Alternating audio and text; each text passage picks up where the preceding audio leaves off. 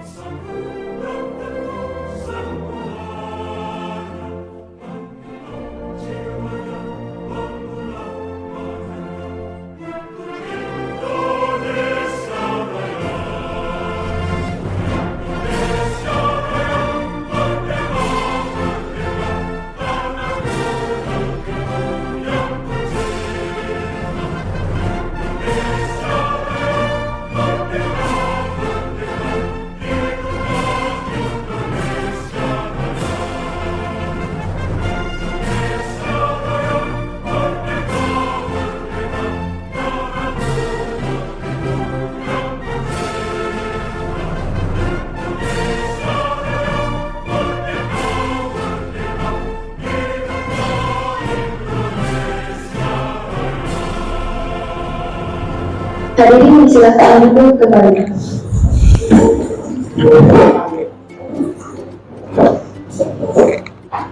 Bapak Ibu hadirin sekalian yang saya hormati, acara kita lanjutkan dengan sambutan dari Bapak Kepala SMA Negeri 2 Kuala Pembuang. Kepada Bapak Ansori Alwi SPD kami persilakan.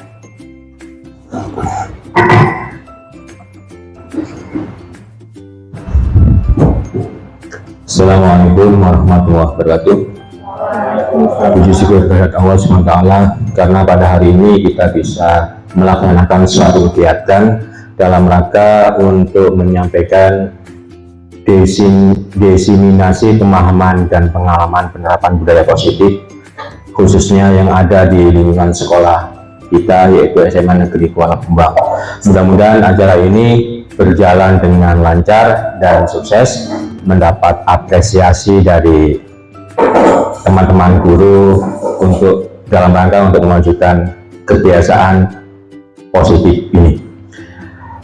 Di dalam acara ini yaitu suatu eksplorisasi dari SMA Negeri 2 Kuala Pembuang yang selama ini mungkin hanya bisa dilihat secara pandangan mata langsung, tapi kita harus mengeksplor menjadi suatu budaya positif yang ada di sekolah kita. Mungkin ini adalah salah satu cara karena dalam update info masalah kependidikan kita juga tidak merasa ketinggalan. Jadi untuk kebiasaan-kebiasaan positif yang lainnya nantinya mungkin bisa dipresentasikan seperti ini. Jadi ini adalah langkah maju untuk kita semua. Mudah-mudahan diharapkan nanti ada pembiasan atau pengimbasan dari guru-guru yang lain, dan meskipun tidak terjaring di dalam PGP yaitu program guru penggerak, kita harus menerapkan suatu pembelajaran yang berbasis budaya baik atau perilaku baik yang ada di sekolah kita. Nah, pada kesempatan ini saya ucapkan terima kasih pada terutama yang pemateri dalam hal ini. Meskipun kita setelah melaksanakan kegiatan pembelajaran secara full, kita masih tetap bisa melaksanakan suatu kegiatan yang tujuannya yaitu untuk kita bersama dalam rangka membagi, yaitu berbagi di dalam pengalaman. Untuk itu yang lain mudah-mudahan nanti mungkin bisa termotivasi dari kegiatan ini. Saya sebagai kepala sekolah yaitu sangat mendukung sekali dalam kegiatan-kegiatan apapun, terutama sekarang ini dalam bidang visualisasi. Kita harus mempromosikan atau mengeksplorasi kegiatan kita dalam bentuk apapun. Meskipun kita katakanlah di daerah yang jauh, dengan adanya perkembangan digitalisasi kita merasa dekat, sehingga itu bisa digunakan untuk ajang sebagai berbagi pengalaman. Nah, kembali kepada kegiatan ini, saya mengharapkan pada nantinya mungkin tidak di setting sedemikian rupa seperti ini, mungkin nanti bisa di tempat-tempat yang agak terbuka, misalkan ekspor masalah budaya lingkungan, budaya apapun gitu. Jadi untuk hari ini mungkin ini sekedar awal untuk langkah kita maju ke depan. Mudah-mudahan apapun kritikan, apapun kebaikan itu tetap diterima sebagai saran untuk masukan demi kebaikan kita bersama. Itu aja dari saya sebagai kepala sekolah. Jadi teruskan gelorakan budaya-budaya positif yang ada di dalam sekolah kita. Kurang dan lebihnya saya akhiri. Assalamualaikum warahmatullahi wabarakatuh.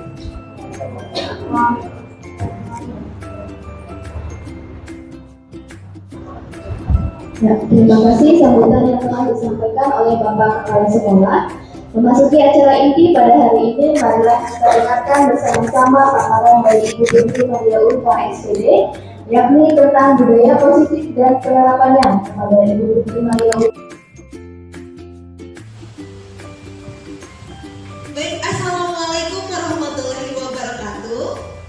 Oke, sebelumnya saya ucapkan terima kasih kepada yang terhormat Bapak Kepala SMA Negeri 2 Kuala Pembuang yang sudah bersedia dan memfasilitasi kegiatan kita pada hari ini.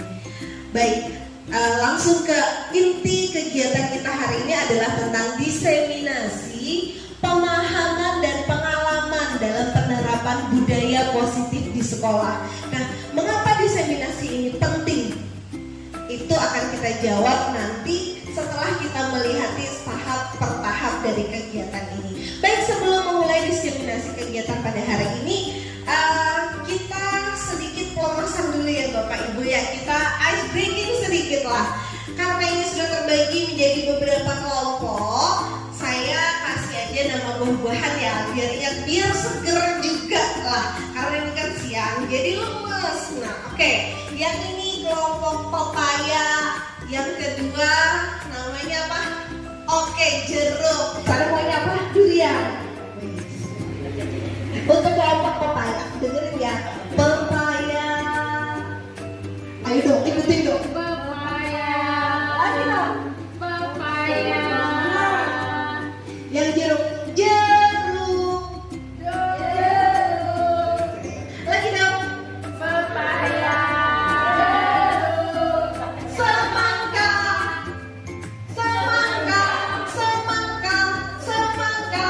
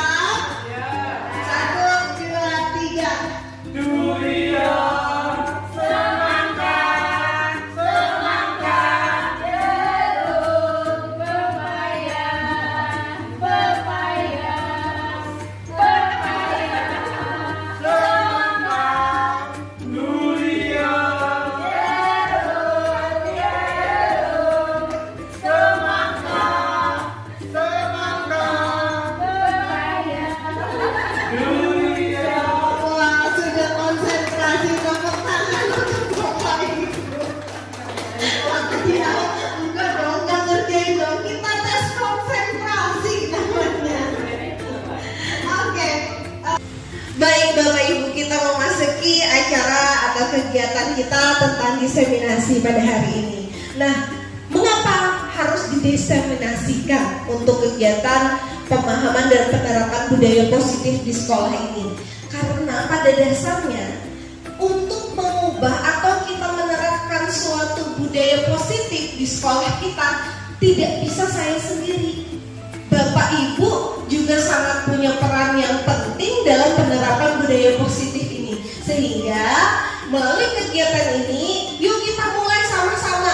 Gimana caranya kita memulai menerapkan budaya positif di sekolah kita. Karena apa? Makin banyak yang mau menerapkan, nanti akan terciptanya budaya positif itu lebih cepat. Akan lebih akurat terjadi di sekolah kita. Nah, kita mulai dengan yang pertama. Perubahan paradigma belajar. Jadi pada saat ini kita mengalami suatu perubahan paradigma, mengalami suatu pergeseran yang meskipun tidak bisa langsung sekaligus, itu bisa kita lakukan perlahan namun pasti. Yang sebelumnya dalam paradigma belajar kita selalu mungkin masih kebanyakan sebagian besar masih teacher center. Perlahan-lahan kita ubah, bergeser sedikit demi sedikit kita menuju ke student center. Nah, yang akan saya bahas pada pergeseran paradigma pada hari ini adalah menyangkut tentang perubahan pada perilaku. Nah, sebelumnya saya minta, sebelum saya masuk ke perubahan paradigma belajar, saya minta tolong dong 2 orang dulu untuk maju ke depan bantu saya. Ya, siapa? Silakan Bapak Ibu yang bersedia. Ada aja, silakan maju dulu. Kita santai aja ya untuk materi hari ini. Jadi saya nggak fokus ngasih materi aja, tapi Bapak Ibu kita sama-sama saling sharing. Oke. Ada Pak Arpani, ada Bu Feby. Terima kasih sudah main. Sesuatu simpan baik-baik, jangan sampai kita lagi. Oke. Sekarang nggak boleh. Baik. Saya boleh berhadapan-hadapan. Jumat malamnya gini. Nah, Pak Arpani sama Bu Feby ini masing-masing memegang suatu benda berharga. Tapi masing-masing itu tadi nggak boleh tahu kan ya, apa yang saya punya, apa yang Pak Arpani punya itu masing-masing nggak boleh ada yang tahu. Kira-kira seandainya, bukan seandainya, memang seharusnya Bu Feby gimana caranya itu bisa mengetahui isi yang ada di dalam tangan Pak Arpani. Pak Arpani juga gimana caranya, entah itu saya nggak boleh ngasih tahu dong, harus diapain. Intinya gimana caranya Pak Arpani bisa mengetahui isi yang ada di dalam tangan Bu Feby. Kira-kira mau apa? Yang perlu dong makannya.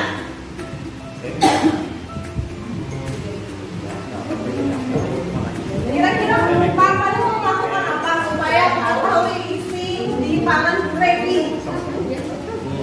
Ditaruh apa? Terserah. Kira-kira mau melakukan hal apa supaya Pak Arpani bisa mengetahui isi tangan dari Bu Feby? Baik, kalau menurut saya, kalau ditaruh bisa lihat dari bagaimana cara dia memegangnya. Kelihatan kalau dia bulat atau kotak bisa lihat dari atau dari raut wajahnya. Oh, dari Kalau benda itu berharga, pasti raut wajahnya beda dengan benda itu tidak berharga. Oh, dari raut wajahnya bisa terlihat garisnya. Berarti Pak Arpani mengadakan prinsip insting, gitu ya? Berdasarkan insting aja untuk mengetahui ini, tanpa harus membujuk Bu Feby dan sebagainya gitu. Itu yang pertama. Oh, itu yang pertama. Oke, selanjutnya Pak Arpani ada tahapannya Bu Feby. Itu kayak kimia itu punya tahapan loh. Tahapan yang kedua kan kita melakukan pengamatan apa itu. Kemudian jarak dulu kita ajak dialog. Kalau secara bertahap yang kira-kira mengirimkan pertanyaan yang menuju ke arah itu. Tapi dia nggak akan mungkin memberitahu apa yang ada di dalam. Ya, oh dia nggak perlu beritahu yang ada di Kemungkinan. dalam gitu. Tapi kan kita cari tahu dulu pertanyaan-pertanyaan. Oke, coba ajak dialog. Coba ajak dialog, kira-kira Bu Feby buka tangannya apa enggak gitu ya? Ini juga buka tangan loh Pak, belum buka hati. Silakan coba dialog yang seperti apa? Silakan. Jika ada yang tahu ini gitu ya? Ya.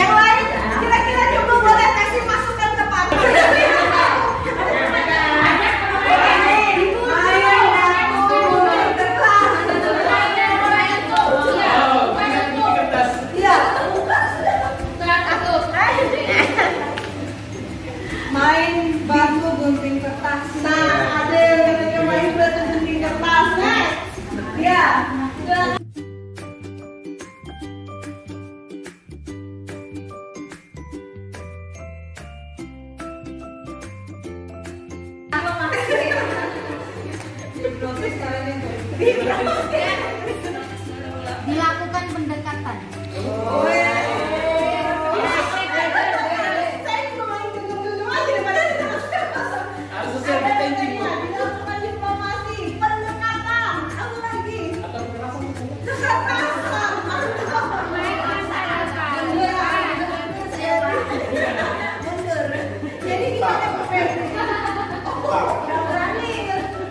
Gimana Bu Feby? Bisa mau membuka tangannya? Masih belum sih ya? Masih belum. Nah, ini tadi katanya bertahap. Pak Pani bilang katanya yang pertama terawat aja deh dulu pakai insting gitu ya.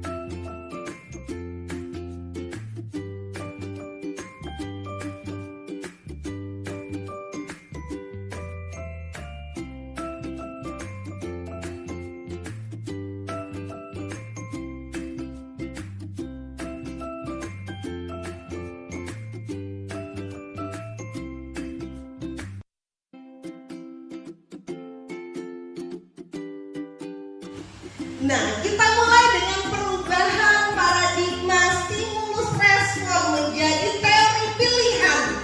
Nah, sebelumnya posisi kita saat ini itu berada pada stimulus respon, di mana kita mencoba untuk mengubah orang agar berpandangan sama dengan kita. Seperti tadi Bu Feby sama Pak Arpani di depan, gimana caranya nih Bu Feby mau merubah pikirannya, mau membuka tangannya, kita melakukan apapun untuk mencapai hal tersebut, iya tidak? Begitu juga dengan siswa-siswa kita juga melakukan hal seperti itu, bukan? Padahal melalui contoh yang di depan tadi kita tahu bahwa yang bisa mengontrol diri kita, yang bisa mengontrol keinginan kita untuk berubah adalah diri kita pribadi. Gak bisa dipaksa-paksa. Memang mungkin dengan bujukan atau misalnya dengan, kalau tadi kata Pak Armando bilang, kamu gak bisa bujukan kita dengan kekerasan gitu ya. Tapi nyatanya apa? Kalau misalnya seperti itu, efeknya hanya berlangsung sesaat. Itu tidak berlangsung secara berkepanjangan, tidak memunculkan motivasi dari dalam diri untuk berubah. Nah, perilaku buruk juga bisa kita selalu lihat sebagai kesalahan. Yang kedua, orang lain bisa mengontrol saya.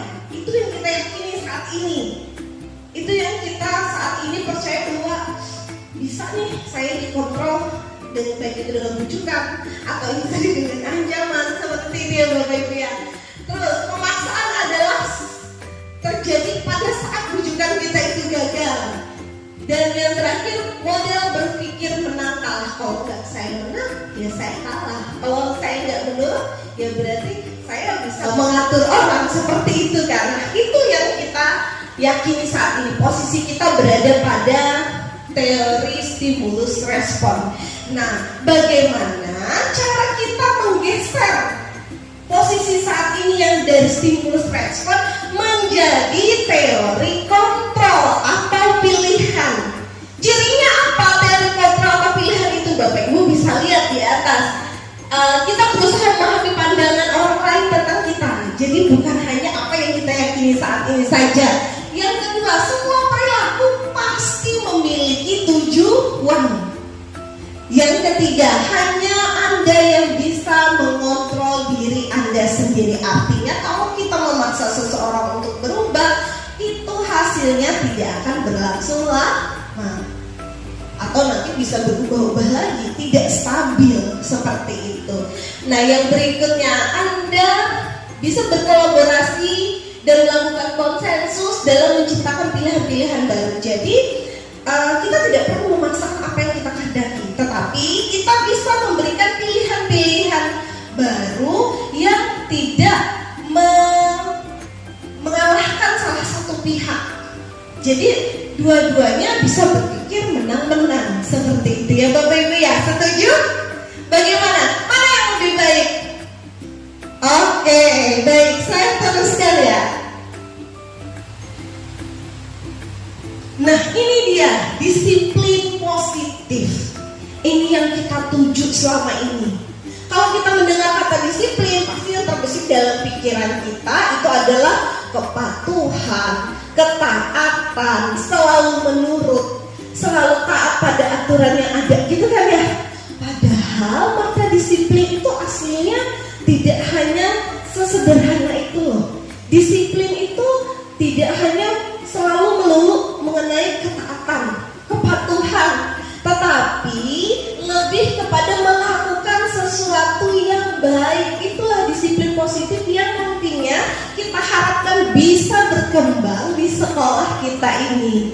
Nah, bagaimana kita memulainya dalam pembentukan disiplin positif? Nah, manakah yang lebih efektif?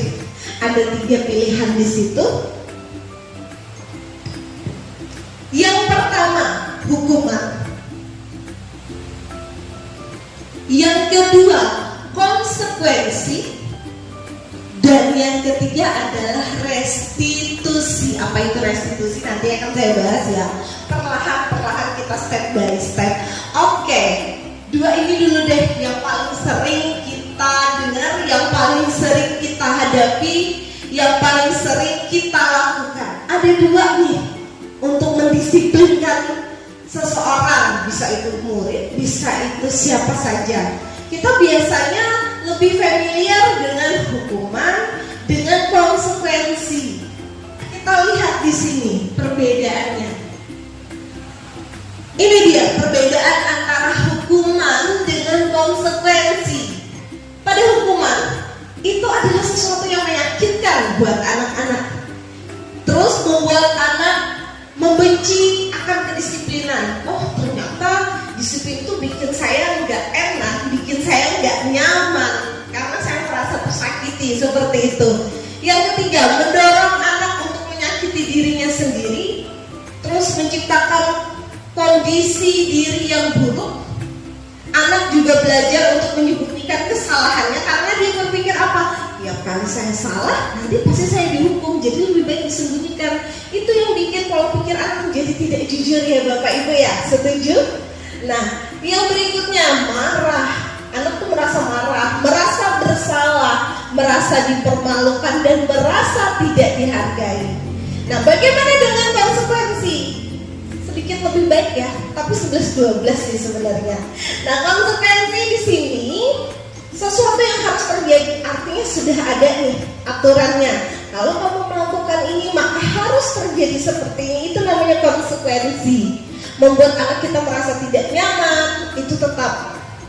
Karena kan saya bilang hukuman sama konsekuensi itu sebenarnya 11-12. Nah, yang berbeda nanti adalah restitusi, sesuatu hal yang baru. Ini acak Kak. Pasti banyak yang makan ibu ini. Itu sudah ada yang menjawab.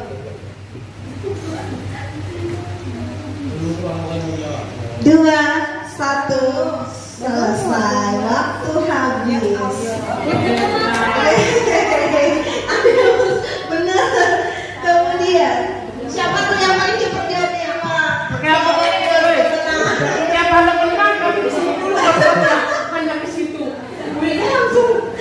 Oke, kita lanjutkan ya Bapak Ibu ya.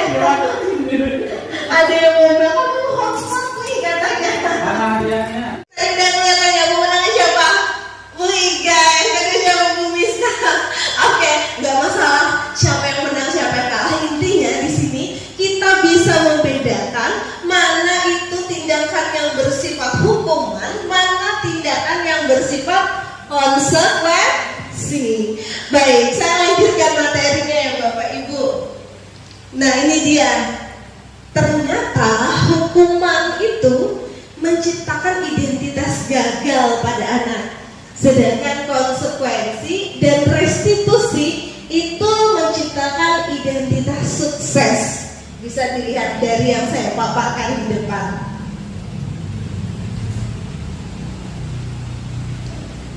Nah, ini dia perbedaan antara identitas gagal dan identitas sukses yang terbentuk pada siswa kita. Nah, ini dia teori motivasi perilaku manusia. Karena setiap kita melakukan sesuatu sesuatu itu pasti ada motivasinya kan Bapak Ibu ya. Oke, di sini ada dua motivasi. Motivasi eksternal dan motivasi internal. Oke. Nah, motivasi yang paling bagus itu kira-kira yang mana ya Bapak Ibu? Motivasi internal. Nah, yang eksternal ini gimana? Ada yang menarik di sini. Motivasi internal itu bisa terjadi yang pertama karena kita menghindari hukuman. Yang kedua, untuk mendapatkan penghargaan. Kenapa saya bilang menarik? Untuk yang pertama, motivasi eksternalnya karena kita takut dihukum. Ini adalah motivasi yang paling dasar. Kenapa? Kita datang ke sekolah, siswa datang ke sekolah, yang penting datang aja biar nggak kena hukuman, gitu ya. Terus yang kedua, supaya dapat penghargaan ini lumayan sudah naik satu tingkat, tapi ini masih motivasi eksternal. Motivasi eksternal nanti kita bilang tidak bisa bertahan lama, gitu ya Bapak Ibu. Nah, tapi yang kenapa saya bikin menarik, pernah nggak dengar ini? Dihukum oleh penghargaan. Ini dua-duanya tadi motivasi eksternal loh Bapak Ibu. Yang pertama takut dihukum, yang kedua untuk mendapatkan penghargaan. Tetapi saya tertarik dengan kata-kata ini, dihukum oleh penghargaan. Gimana itu dihukum oleh penghargaan? Kita bahas sama-sama ya, kita diskusikan sama-sama Bapak Ibu. Nah, ini dia. Saya akan bagikan kertas kepada Bapak Ibu. Di situ ada sedikit studi kasus yang bisa kita pelajari bersama-sama dan akan kita diskusikan sama-sama. Apa itu sih yang dimaksud dengan dihukum oleh penghargaan? Kan selama ini kalau bisa dapat penghargaan berarti berhasil, dapat reward. Kok bisa itu dapat hukuman? Oke, Bapak Ibu, kita bahas.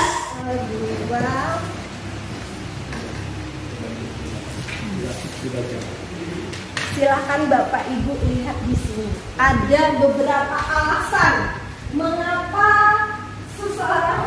penghargaan itu bisa menghukum. Ada beberapa alasan di situ mengapa penghargaan itu bisa menjadi suatu hukuman. Pertama,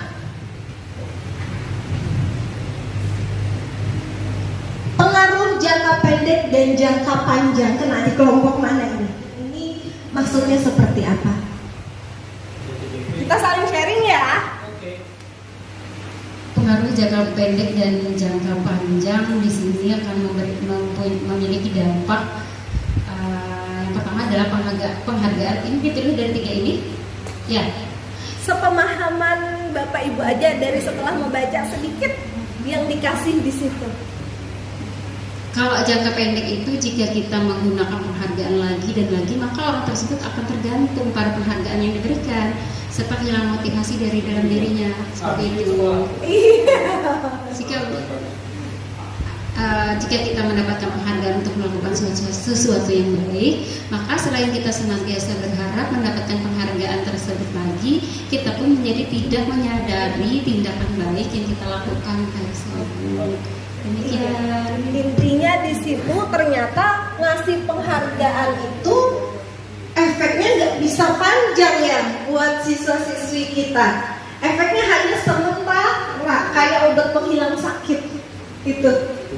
Oke, yang kedua, penghargaan tidak efektif.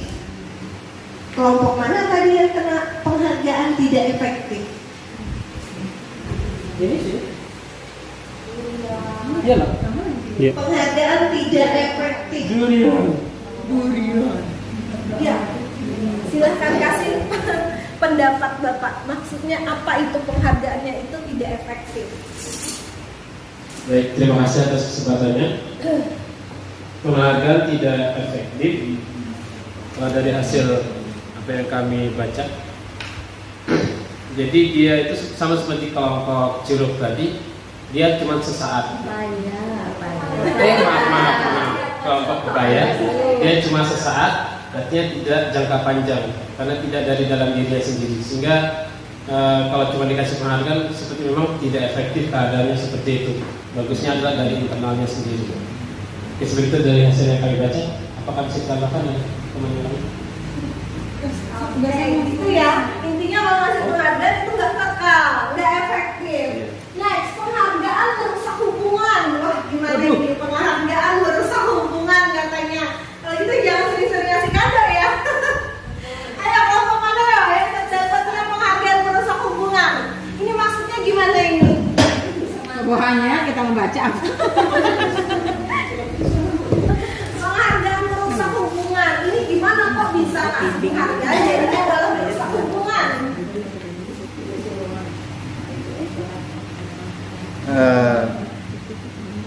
Terima kasih. Penghargaan merusak hubungan itu ketika penghargaan yang didapatkan oleh seseorang menimbulkan rasa iri, dengki, hasad dari orang lain yang mungkin itu teman sekelasnya, sahabatnya. Akhirnya kok dia terus ya dapat penghargaan, enggak. Akhirnya mungkin nggak level sama dia, akhirnya berjauhan lah, sudah tidak berteman lagi. Mungkin karena itu ngiri, atau akhirnya yang tidak dapat penghargaan minder. Mungkin ngiri, mungkin minder, mungkin merasa tidak selevel dengan yang dapat penghargaan. Akhirnya yang awalnya berhubungan akrab akhirnya jadi renggang, jadi jauh. Ya, demikian, terima kasih. Untuk penghargaan menghukum, di sini penghargaan menghukum adalah mereka yang tidak mendapatkan penghargaan, misalnya dalam sistem rankingan. Mereka yang mendapat ranking kedua akan merasa paling dihukum. Nah, ini berarti memberikan gambaran kepada kita sebagai guru, apapun bentuk prestasi anak, sebaiknya kita beri rewards, baik hanya dengan ucapan terima kasih atau sanjungan saja seperti itu ya, atau misalnya selisih ranking 1 dan 2 nya itu sangat sedikit tapi yang kedua tidak dapat apa-apa. Nah, kemudian memberikan penghargaan atau hukuman adalah hal yang sama karena keduanya mencoba mengendalikan perilaku seseorang. Misalnya kita menilai anak itu rajin dalam artian misalnya hadir ke sekolah tiap hari tanpa kita melihat prosesnya, padahal yang satu mungkin terlambat tapi sama-sama hadir ke sekolah, jadi hanya hasilnya saja yang kita lihat, bukan prosesnya. Seperti itu. Terima kasih. Kita berikan kepada anak yang misalnya baru bisa mencapai sesuatu nih, dia kan lagi happy-happynya nih, bangga dengan dirinya, kita kasih penghargaan yang gak seberapa. Misalnya anak itu, oh cuma segini ya jerih payahku, cuma segini ya ternyata yang aku bangga-banggakan. Nah, itu akan merusak motivasi dalam diri anak. Jadi tidak selamanya penghargaan yang kita berikan itu bagus ya Bapak Ibu ya. Jadi sesuaikan dengan proporsinya. Baik, itu namanya keyakinan kelas. Kira-kira ada yang bisa jawab nggak? Why? Mengapa harus keyakinan? Kan udah ada peraturan, sudah ada tata tertib. Silahkan Bapak Ibu. Kira-kira kenapa? Silakan Bapak.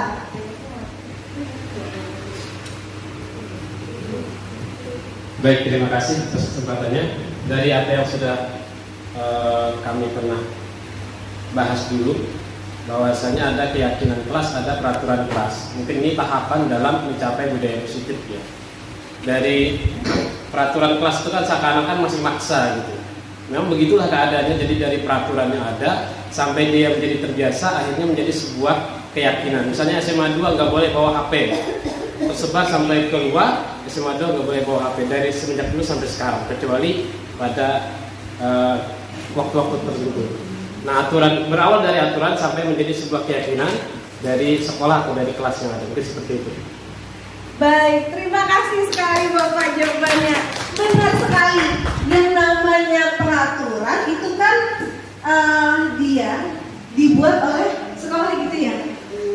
Dibuat oleh sekolah dan itu dipaksakan harus dipatuhi. Tetapi kalau keyakinan itu berarti sesuatu yang sudah kita yakini.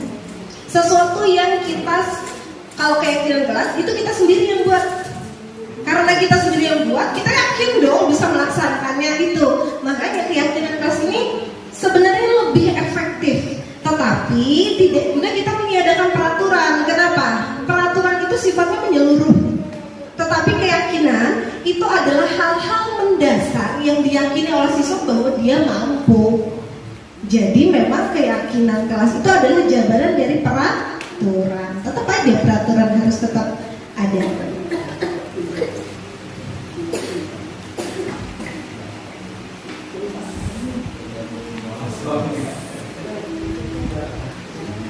Baik, ini dia tadi yang dikatakan Pak Arpani, tahapannya dari peraturan kelas kita jabarkan menjadi keyakinan kelas. Kemudian terbentuklah lingkungan yang positif karena semuanya bisa melaksanakan gitu ya. Dan akhirnya terbentuklah budaya yang positif. Nah, selanjutnya kebutuhan dasar manusia. Jadi manusia itu punya 5 kebutuhan dasar. Yang pertama adalah kebutuhan untuk bertahan hidup. Yang kedua adalah kebutuhan akan kasih sayang dan rasa diterima.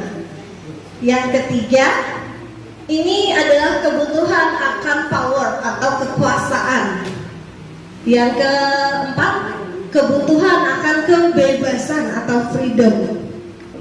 Dan yang kelima adalah kebutuhan akan kesenangan. Kenapa kita perlu mengetahui kebutuhan dasar manusia ini? Karena sebelum kita melakukan tindakan atau kita memberikan perilaku kepada siswa, kita harus tahu dulu nih, siswa kita itu melakukan kesalahan, apa dasarnya? Apakah karena dia untuk bertahan hidup? Apakah dia melakukannya hanya untuk kesenangan saja? Itu harus kita definisikan dulu, harus kita analisis terlebih dahulu sebelum kita ngejat bahwa siswa ini salah. Kita harus tahu dulu, karena seseorang melakukan kesalahan itu adalah indikasi bahwa salah satu kebutuhan yang tidak terpenuhi. Jadi kita melakukan kesalahan itu bukan karena kita pengen, tetapi karena salah satu kebutuhan dari 5 ini tidak terpenuhi. Nah, untuk mengetahui apa perbedaan dari kelima ini, fisiologis untuk bertahan hidup atau survival. Misalnya kesehatan, rumah, dan makanan. Kebutuhan biologis sebagai bagian dari proses reproduksi, termasuk kebutuhan untuk tetap bertahan hidup. Kebutuhan untuk merasa aman juga termasuk dalam kebutuhan ini.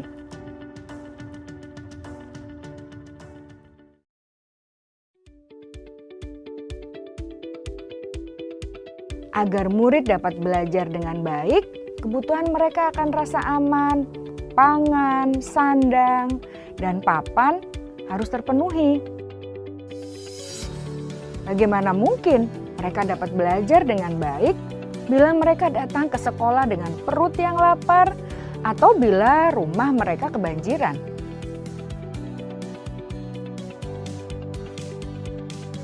Setelah kita mengetahui kebutuhan pertama yang sebagian besar bersifat fisiologis, mari kita lihat kebutuhan kedua, komunitasnya atau kebutuhan love and belonging. Kebutuhan ini meliputi keinginan untuk tetap terhubung dengan orang lain seperti teman, keluarga, teman kerja, dan kelompok di mana kita tergabung. Setiap murid ingin menjadi bagian yang berharga dari kelas dan juga sekolah. Mereka juga ingin diterima oleh orang lain dan kelompoknya. Bahkan, murid yang terlihat paling cuek pun, jauh di dasar hatinya pasti ingin merasa diterima. Sebagai guru, seharusnya kita dapat menerima murid kita apa adanya, sesuai dengan kodratnya. Karena setiap murid adalah unik. Mereka memiliki kekuatannya masing-masing, sehingga guru seharusnya bisa menciptakan kesempatan untuk murid berkolaborasi dan memiliki ikatan emosi satu sama lain. Murid-murid yang memiliki kebutuhan yang besar untuk merasa diterima, biasanya mereka belajar karena suka pada gurunya, dan mereka juga suka bekerja dalam kelompok. Kebutuhan yang ketiga adalah kebutuhan akan kebebasan atau kebutuhan membuat pilihan. Murid harus diberi kesempatan untuk membuat pilihan dan bertanggung jawab atas pilihan yang mereka telah ambil. Memberi mereka kebebasan bukan berarti membiarkan mereka melakukan apa saja yang mereka mau, melainkan lebih memberi mereka kesempatan untuk membuat pilihan, menyuarakan pendapat mereka dengan percaya diri, dan memberi mereka kesempatan untuk mencoba hal-hal yang baru. Pembelajaran dengan metode yang beragam dan menarik juga akan memenuhi kebutuhan murid tentang kebebasan ini. Pembelajaran berdiferensiasi di mana guru menyediakan beberapa jenis tugas yang bisa dipilih oleh murid sesuai minat mereka, sangat baik untuk mengembangkan murid menjadi lebih mandiri dan memiliki motivasi internal. Karena kebutuhan akan kebebasan pada dasarnya adalah kebutuhan untuk mandiri, memiliki otonomi, memiliki pilihan, dan mampu mengendalikan arah hidupnya sendiri.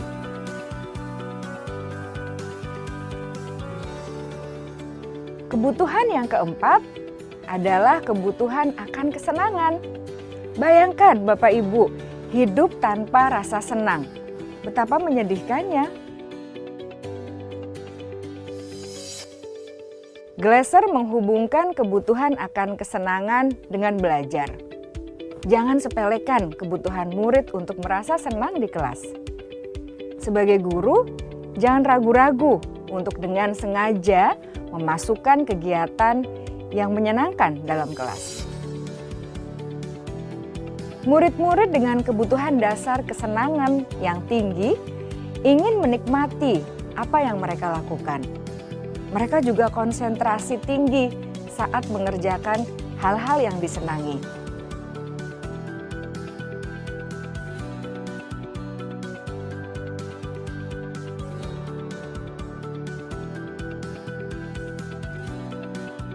Kebutuhan yang kelima adalah kebutuhan. Nah, Bapak Ibu bisa diperhatikan di layar depan ini ada sedikit studi kasus. Di sini Ibu Ambar, guru wali kelas 2A di SD Pelita, sedang bingung menghadapi kelakuan salah satu muridnya yang bernama Doni. Si Doni ini sering loh ngambil bekal makanan teman-temannya secara paksa. Jadi di situ dia sering kali meminta, pokoknya maksalah minta bekal-bekal dari teman-temannya setiap hari. Nah, kita diminta menganalisis kira-kira kebutuhan dasar apa sih yang tidak terpenuhi pada si Doni ini? Karena tadi kan kita sudah meyakini bahwa seseorang itu melakukan kesalahan karena salah satu kebutuhannya tidak terpenuhi. Oke, dari sini kita panggil nih si Doni. Dipanggil. Yang pertama, jawabannya, saya merasa bosan Bu dengan bekal makan yang dibawakan oleh ibu saya. Karena itu saya ingin mencoba makanan dari teman-teman saya. Nah, kira-kira nih, kalau si anak jawabnya seperti ini, itu artinya kebutuhan dasarnya mana yang tidak terpenuhi. Silakan Bapak Ibu, siapa yang mau jawab, angkat tangan. Tidak memiliki kebebasan untuk mengutarakan pendapatnya, keinginannya kepada ibunya. Bu, saya pengen masakan ini, saya pengen masakan bekalnya kayak punya si dia, gitu, bikinkan kayak gitu. Nah, tapi ibunya nggak mau. Lo makan ini aja. Nah, gitu. Jadi mungkin kebebasan itu yang tidak dimiliki Doni. Menurut saya begitu sih. Terima kasih. Oke, tadi dari Bu Nurul kira-kira gimana tadi ya? Serasa berpengalaman. Saya kasih tahu jawabannya nih. Serasa berpengalaman. Tahu aja. Iya. Dari 5 kebutuhan dasar dasar tadi kira-kira yang mana nih yang nggak dipenuhi kalau jawabannya seperti ini?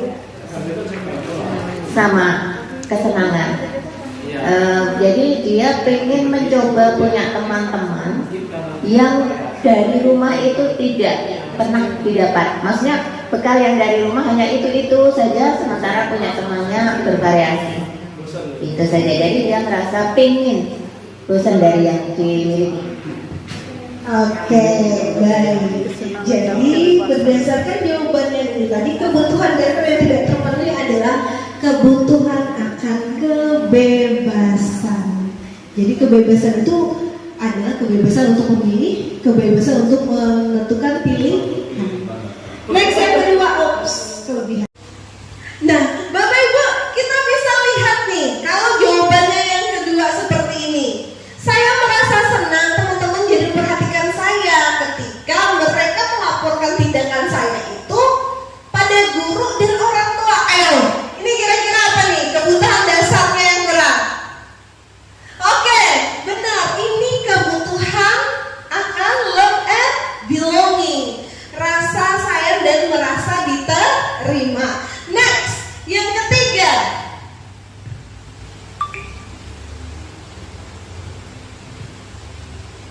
belum muncul ya.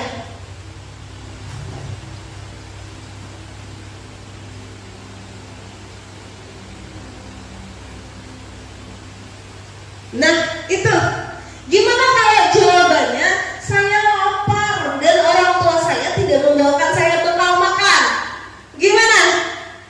Sip, mantap. Itu kebutuhan untuk bertahan hidup. Next, kalau jawabannya ini, saya merasa hebat karena teman-teman jadi takut dan menuruti keinginan saya. Apa nih? Power. Bagus. Terakhir, kalau misalnya jawabannya karena iseng saja dan menikmati ekspresi teman-teman saya, apa kebutuhan dasar yang tidak terpenuhi?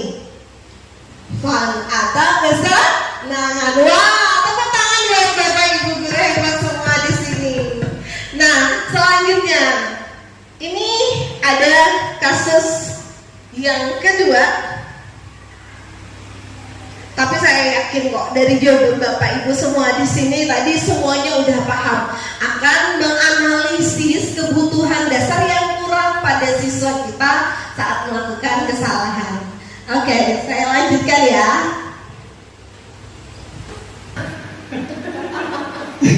Udah ketawa duluan dong melihatnya. Yang pertama, posisi sebagai penghukum. Yang kedua, pembuat merasa bersalah. Yang ketiga, posisi sebagai teman. Yang keempat, posisi sebagai pemantau. Dan yang kelima adalah posisi sebagai manajer. Ayo, posisi kita saat ini kira-kira di mana? Kita simak.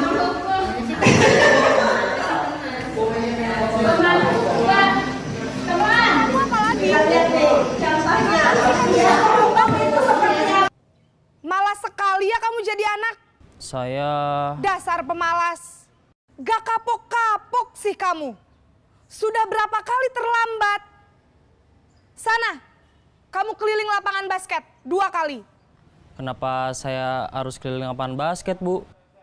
Kenapa? Kamu mau lawan ibu? Berani-beraninya jawab. Sudah terlambat, masih berani jawab pula.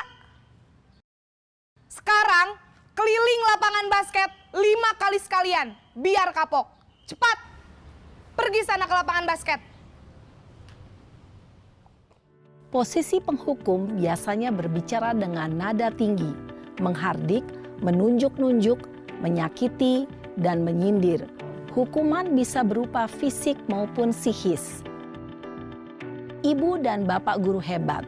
Dampak yang terjadi pada murid ketika guru berada pada posisi penghukum adalah murid cenderung akan memberontak, bahkan menyimpan dendam.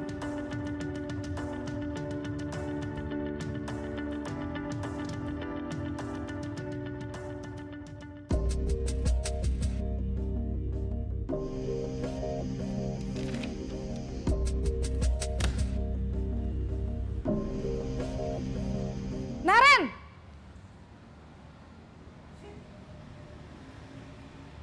Selamat pagi, Bu. Naren, kamu kenapa terlambat lagi, Nak? Ya Tuhan, Naren. Kamu senang ya bikin ibu susah ya? Kalau kamu terlambat lagi, nanti ibu yang ditegur Bapak Kepala Sekolah, Nak. Disangka ibu tidak bisa membina kamu. Duh, gimana ini? Maaf, Bu. Duh, Gusti Naren. Kamu suka ya kalau ibu ditegur Bapak Kepala Sekolah? Terus, sekarang ibu harus tulis apa ini di buku absen? Ini kamu sudah sering terlambat loh. Ibu harus apa coba? Maaf, Bu. Maaf sekali. Ya sudah, lain kali jangan bikin ibu susah lagi ya, Nak ya. Ibu tidak akan kuat lagi kalau kamu begini terus. Bisa jantungan kalau ibu ditegur Bapak Kepala Sekolah. Sana cepat ke kelas. Maaf ya, Bu. Maaf sekali. Posisi pembuat rasa bersalah berbicara dengan nada tenang, cenderung lembut. Namun kata-kata yang diutarakan membuat murid merasa menjadi orang yang gagal. Memandang buruk dirinya sendiri, merasa tidak berharga, dan tidak sanggup membahagiakan orang lain. Ketika guru mengambil posisi pembuat rasa bersalah, murid akan menganggap dirinya yang bersalah dan ia akan menyimpan emosi negatif tersebut di dalam dirinya.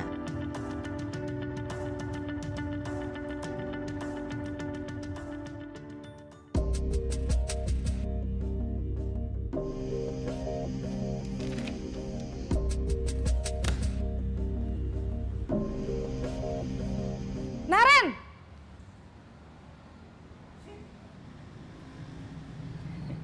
Selamat pagi, Bu.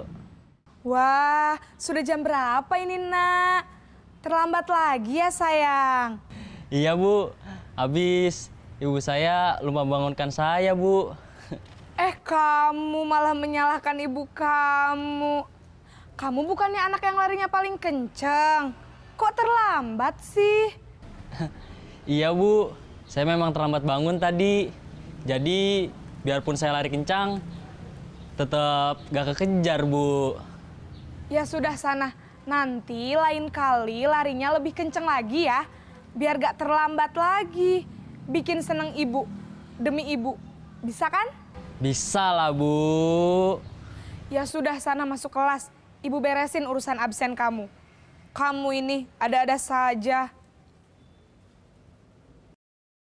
Dalam posisi teman, guru berbicara dengan nada suara ramah, akrab, cenderung bersenda gurau untuk menjaga suasana tetap santai. Murid akan merasa senang, aman, dan akrab dengan guru. Identitas yang tercipta adalah identitas sukses atau berhasil.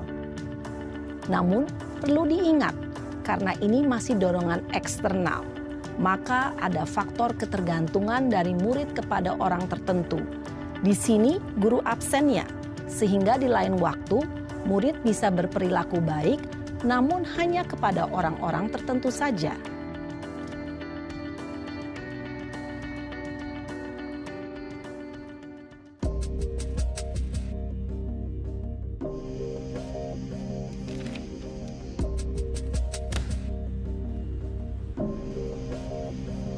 Naren!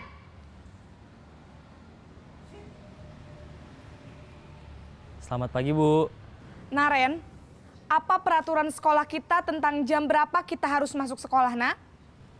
Kita harus di sekolah jam 7, Bu. Iya, betul. Sekarang sudah jam 7.20. Naren sudah tahu konsekuensinya jika terlambat hadir. Paham, Bu. Saya harus tinggal kelas pas jam istirahat selama 20 menit. Iya, benar. Konsekuensinya demikian. Jadi nanti jam 9.30 pas istirahat, kamu harus tinggal di kelas, kerjakan tugas tambahan untuk ketertinggalan kamu, ya? Baik, Bu. Posisi pemantau mengandalkan penghitungan atau data untuk mengontrol murid. Guru mengarahkan murid berdasarkan peraturan dan konsekuensi. Seorang pemantau menunjukkan bahasa tubuh dan ekspresi wajah yang datar dan cenderung formal.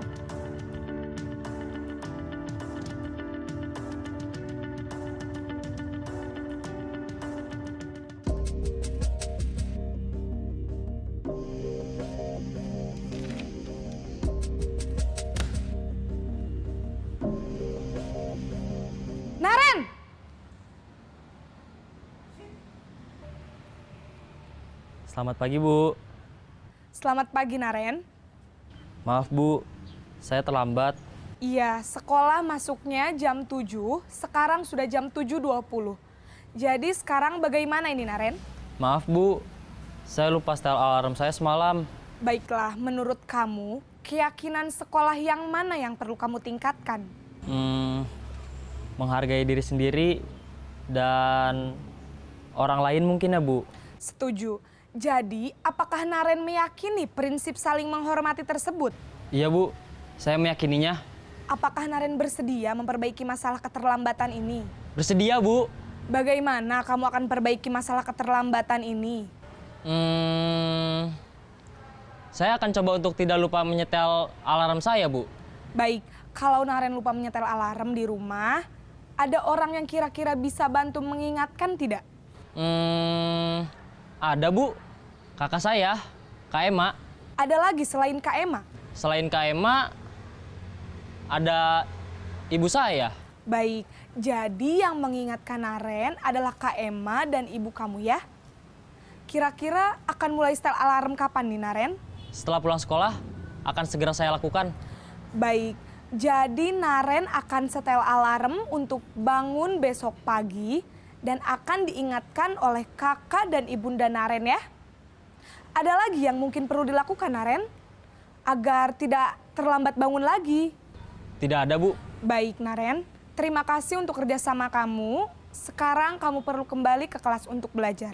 Baik, Bu. Terima kasih. Posisi manajer adalah posisi kontrol yang disarankan untuk membimbing murid memiliki. Nah, Bapak Ibu, yang terakhir materi kita adalah segitiga restitusi yang dari tadi kita sebutkan. Apa itu segitiga restitusi? Nah, jadi restitusi itu dalam menjalankan segitiga restitusi ada 3 hal yang harus kita perhatikan langkah per langkahnya. Yang pertama adalah menstabilkan identitas. Yang kedua, validasi tindakan yang salah. Dan yang ketiga adalah menanyakan keyakinan siswa. Nah, yang pertama dulu, menstabilkan identitas. Ini kita lakukan karena biasanya gini, pada saat siswa melakukan kesalahan, dia itu masih belum menerima kalau dia itu berbuat salah. Dia masih ngotot kalau dia itu benar, kok kadang gitu ya, benar. Oke, nah makanya di sini kita lakukan proses menstabilkan identitas. Gimana caranya? Di situ kita meluruskan dulu. Misalnya dia bilang, saya nggak merasa salah kok Bu. Oh iya benar, kamu nggak ngerasa salah. Tindakan kamu itu masih wajar. Seperti itu kita berikan kelonggaran dulu kepada dia supaya stabilitasnya itu bisa tercapai, identitasnya itu bisa stabil dulu, dia tenang dulu, seperti itu. Nah, barulah kita masuk ke step tahapan yang kedua, validasi tindakan yang salah. Sedikit demi sedikit kita mulai mencari tahu, mulai mengarahkan dia, apa sih keyakinan kamu, apa sih yang menurut kamu benar, atau apakah perbuatan ini menurut kamu sudah benar, seperti itu. Nah, begitu dia sudah bisa mengetahui kesalahannya, sudah bisa memvalidasi bahwa oh ternyata saya melakukan kesalahan, barulah kita masuk kepada menanyakan keyakinan. Nah, proses di sini kita menuntun siswa bagaimana mereka bisa mandiri dan bertanggung jawab dalam menyelesaikan masalahnya sendiri. Nah, untuk lebih jelasnya saya punya video nih ya, bisa kita tonton sama-sama tentang bagaimana sih tahapan kita menyelesaikan masalah menggunakan cara restitusi. Segitiga restitusi adalah suatu proses dialog yang dijalankan oleh guru atau orang tua agar dapat menghasilkan murid yang mandiri dan bertanggung jawab. Pada saat guru di posisi manajer, aspek yang dikembangkan pada murid adalah motivasi intrinsik, sehingga penanaman nilai-nilai kebajikan dapat tumbuh dan berkembang menjadi suatu kebiasaan positif yang akhirnya membentuk karakter murid. Proses dialog ini terdiri dari 3 langkah yang digambarkan pada ketiga sisi pada segitiga restitusi. Sisi pertama adalah menstabilkan identitas. Sisi yang kedua adalah validasi tindakan yang salah. Dan sisi yang ketiga adalah menanyakan keyakinan. Ibu dan Bapak guru, berikut ini akan ditunjukkan bagaimana seorang guru berada dalam posisi manajer menggunakan penerapan segitiga restitusi. Nah, Bapak Ibu, demikianlah yang bisa saya sampaikan bagaimana kita menerapkan budaya positif sedikit demi sedikit, selangkah demi selangkah, sehingga kita bisa mencapai suatu budaya positif di sekolah kita. Dan yang tadi yang terakhir, materi terakhir tentang restitusi, mudah-mudahan kita bisa menjalankannya ya, meskipun tidak langsung sepenuhnya, akan tetapi kita bisa mencoba mulai dari menyelesaikan permasalahan yang kecil-kecil dulu. Oke Bapak Ibu, demikian yang bisa saya sampaikan. Kurang dan lebihnya saya mohon maaf atas kekurangan dalam pelaksanaan acara kita pada hari ini. Akhir kata saya ucapkan wassalamualaikum warahmatullahi wabarakatuh.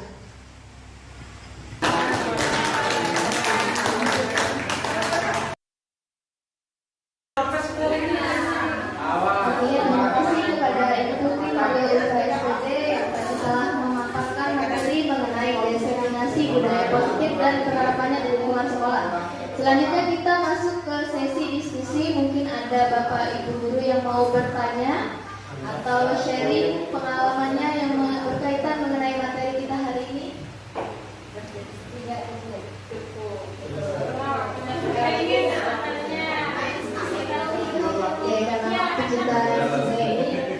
Demikianlah tadi diseminasi budaya positif yang telah dipaparkan oleh Ibu Putri Maria Ulfa SPD.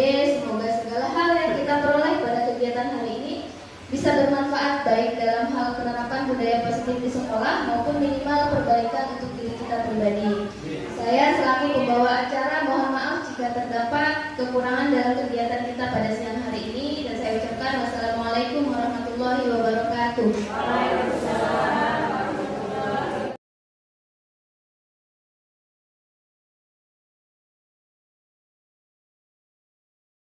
Untuk hari ini kita akan membahas yang namanya keyakinan kelas. Apa itu keyakinan kelas?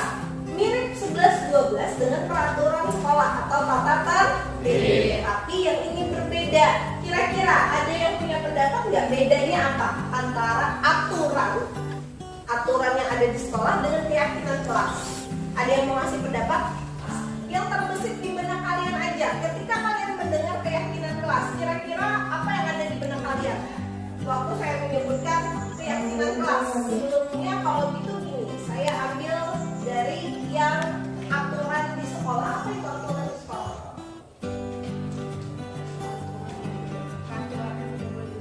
Peraturan yang tidak boleh dilanggar. Jawab, apa lagi? Peraturan yang harus ditaati. Benar, itu aturan yang ada di sekolah. Oke, sekarang aturan yang ada di sekolah itu saya punya ungkapan baru namanya keyakinan kelas. Kira-kira yang kalian pikirkan tentang keyakinan kelas itu apa? Sebuah kepercayaan. Bagus, apa lagi? Adanya kira-kira di mana? Di kelas. Benar. Tadi ada yang bilang keyakinan kelas itu sebuah kepercayaan, terus dilaksanakannya di kelas. Sebenarnya keyakinan kelas itu 11-12 tadi saya bilang dengan aturan sekolah. Cuma gini, tadi ada yang bilang peraturan sekolah itu adalah sesuatu yang harus ditaati, sesuatu yang tidak boleh dilanggar. Tepat banget kan nih? Sakral banget kan nih? Tapi buktinya di buku tata tertib kalian banyak masih poin-poin pelanggaran tata tertib. Iya tidak? Iya. Kenapa? Mindset kalian selalu itu berpikir aturan itu adalah sesuatu yang bisa dilanggar. Iya tidak? Karena apa? Aturan yang ada di sekolah yang bikin siapa? Guru. Itu yang bikin adalah sekolah. Itu berdasarkan persetujuan kalian atau tidak? Iya. Yakin waktu aturan itu dibuat kalian setuju? Tidak. Wah, tidak setuju katanya dengan peraturan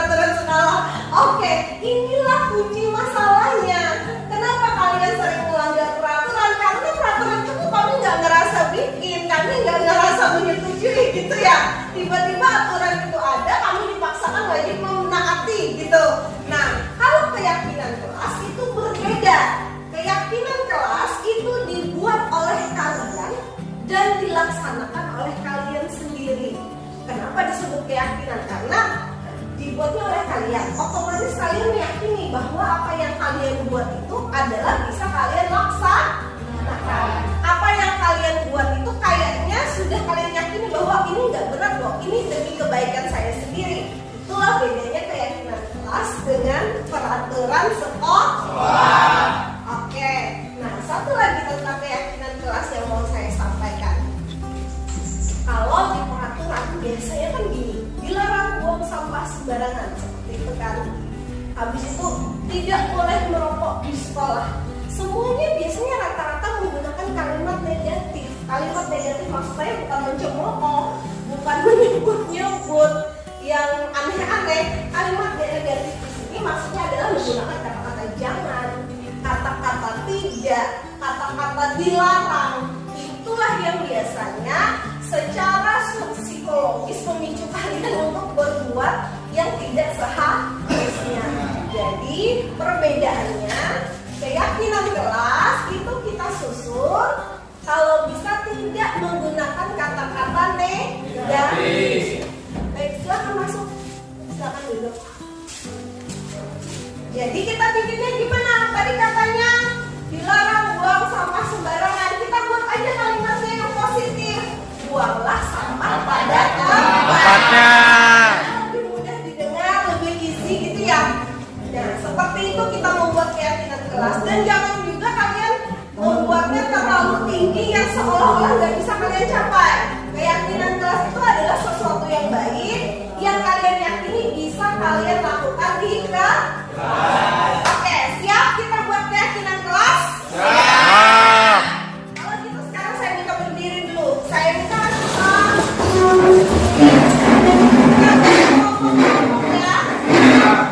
Oke, saya bikin kelompoknya nanti berdasarkan dulu. Dengarkan dulunya nanti baik-baik. Saat saya bilang itu naik sepeda motor, berarti harus cari 2 orang teman yang harus sepasang. Kan sepeda motor banyak juga kan? Iya. Kemudian saat saya bilang lampu lalu lintas, artinya harus bikin teman 3 orang, paham? Kalau saya bilang mendayung, itu berarti kalian harus cari pasangan sebanyak 4 orang. Bisa dipahami? Bisa. Siap ya? Pada suatu hari Ferdi dan Adin pergi naik sepeda motor jalan-jalan.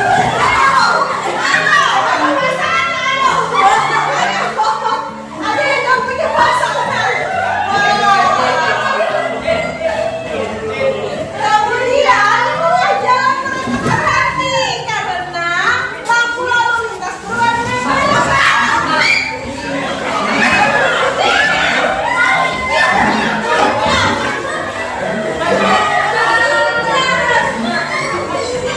setelah lampu lintasnya kembali hijau, mereka melanjutkan perjalanan untuk menonton lomba mendayung.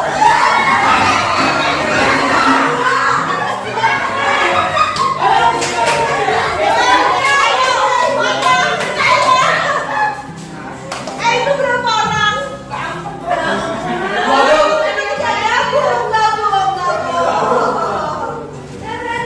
Oke.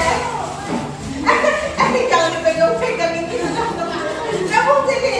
Kenyang orang. Ya, siap? Dengarkan baik-baik. Siap? Siap. Selamat, Anda telah mendapatkan kelompok tepuk tangan. Saya minta silakan duduk per kelompok. Duduk per kelompok masing-masing. Nanti kita akan diskusikan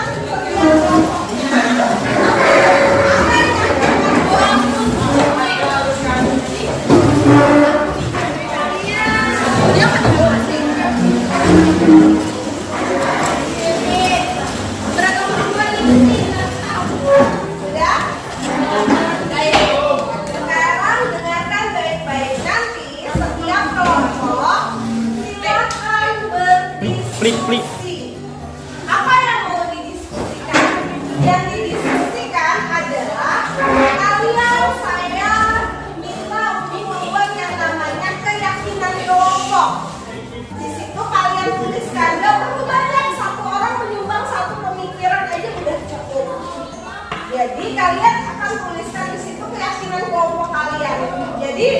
dalam satu kelompok nanti kan ada 4 keyakinan gitu ya.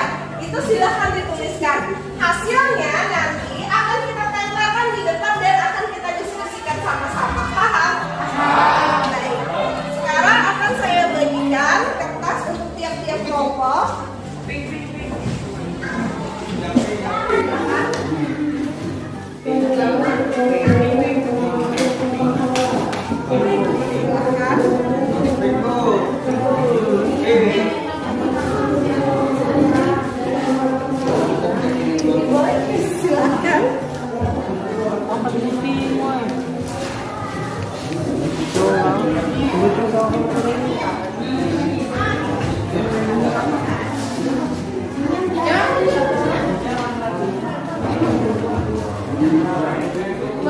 Oke, sudah pas?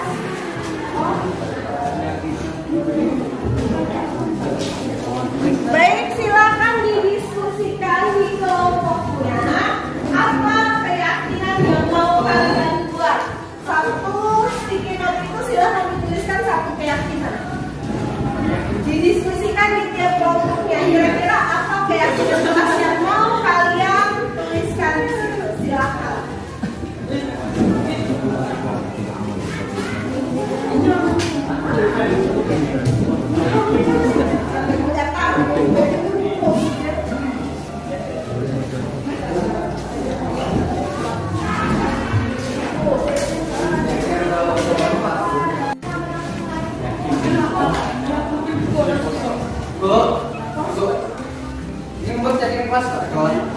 Iya. Gini. Jadi kalian berdiskusi dengan kelompok kalian aja. Selalu bersedia berpartisipasi dalam kegiatan kelompok.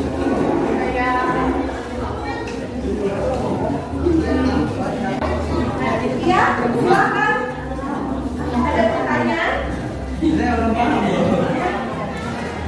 Masing-masing kalian tuliskan kira-kira 1 keyakinan dan itu didiskusikan dengan kelompok. 1 keyakinan kelas yang akan kalian laksanakan. 1 orang 1, tapi didiskusikan di kelompok. Jadi nanti dalam kelompok itu akan punya 4 keyakinan kelompok. Nanti akan kita diskusikan sama-sama di depan. Keyakinan kelompok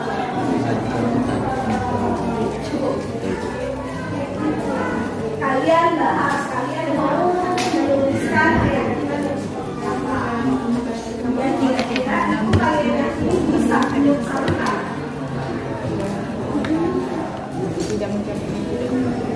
Ya, yang namanya keyakinan itu kalau bisa dituliskan dalam bentuk kalimat yang silakan ditempelkan keyakinan kelompok kalian.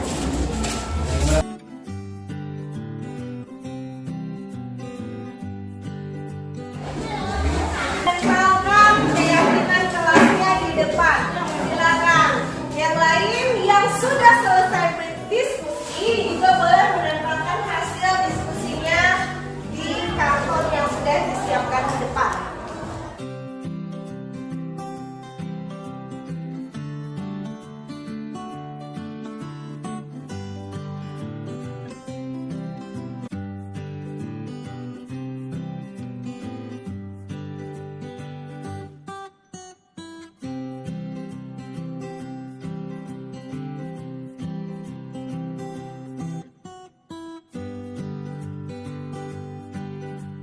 Bahas nih, saya akan memberikan kesempatan untuk setiap kelompok untuk maju ke depan. Kalian baca keyakinan kelas ini.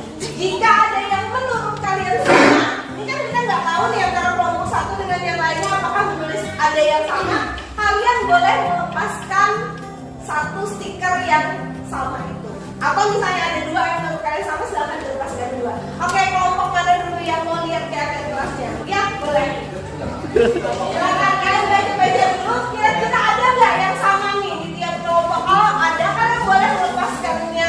Apakah itu ada tertulis keyakinan kelasnya yang menurut kalian ini maksudnya sama aja 2 ini?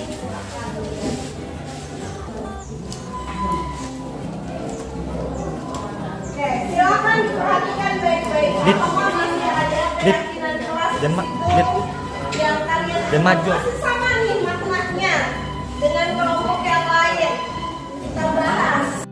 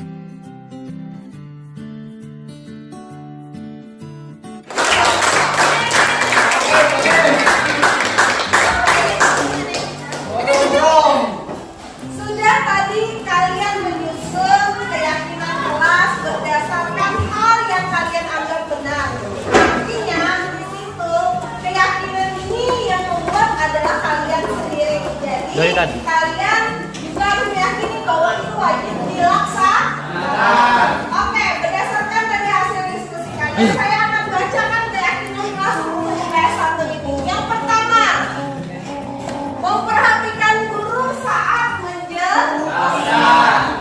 Yang kedua, ketika meminjam barang, sebaiknya harus Kembalikan.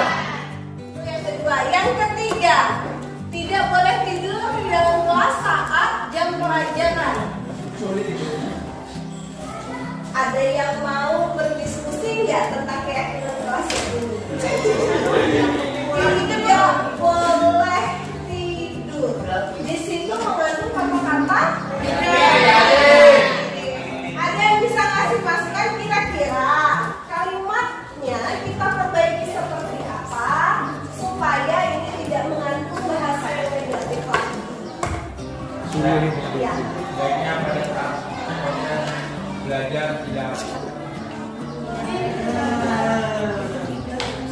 fokus terhadap pembelajaran. Ya, gimana, setuju? Setuju.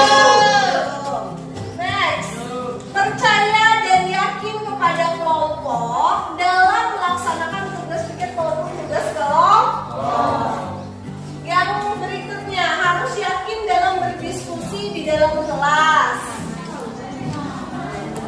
Kemudian, selalu bersedia berpartisipasi dalam menuangkan pikiran pada kegiatan kelompok.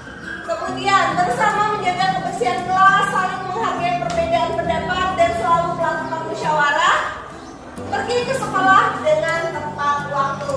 Saya tanya sekali lagi, kalian semua meyakini dengan keyakinan kelas ini? Bersedia untuk melaksanakannya? Bersedia. Baik, karena kalian sudah bersedia, kita sahkan ini menjadi keyakinan kelas.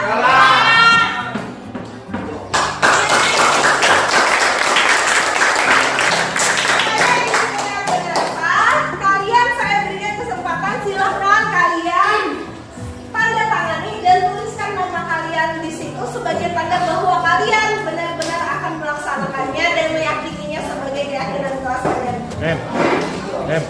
Ada cocok ini mana? Itu yang punya keyakinan kok. Semuanya.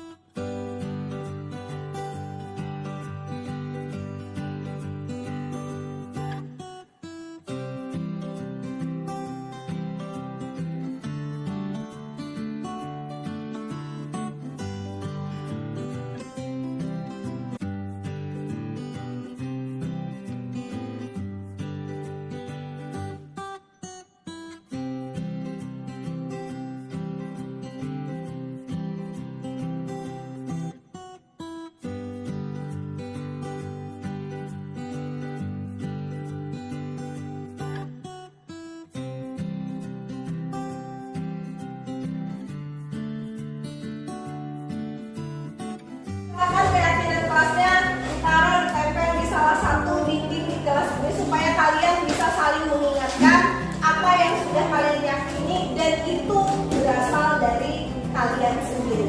Mudah-mudahan keyakinan kelas ini bisa kita jalankan sama-sama dan bisa menjadikan kita semua menjadi orang yang berdisiplin lebih baik dan menjadi orang